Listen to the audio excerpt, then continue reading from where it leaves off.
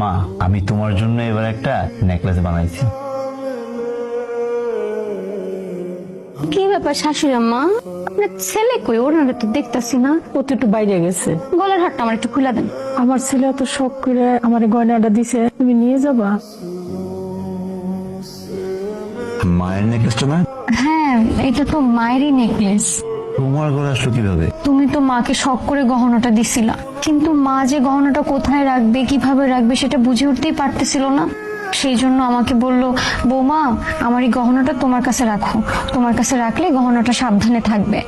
আমার কাছে গহনাটা দেখে এত ভালো লাগছে, সেই জন্য শখ করে একটু পড়ছি আর কি। আমি ফোন কেন ধরতেছি না তুমি বুঝতেছো না? তুমি খুব ভালো করেই জানো আকাশ হুট করে বাংলাদেশে চলে আসছে। আমার বাসায় আমার শাশুড়ি, আমার ননদ, এদের মাঝখানে আমি তোমার ফোন কিভাবে রিসিভ করবো আমাকে একটু বলো তো।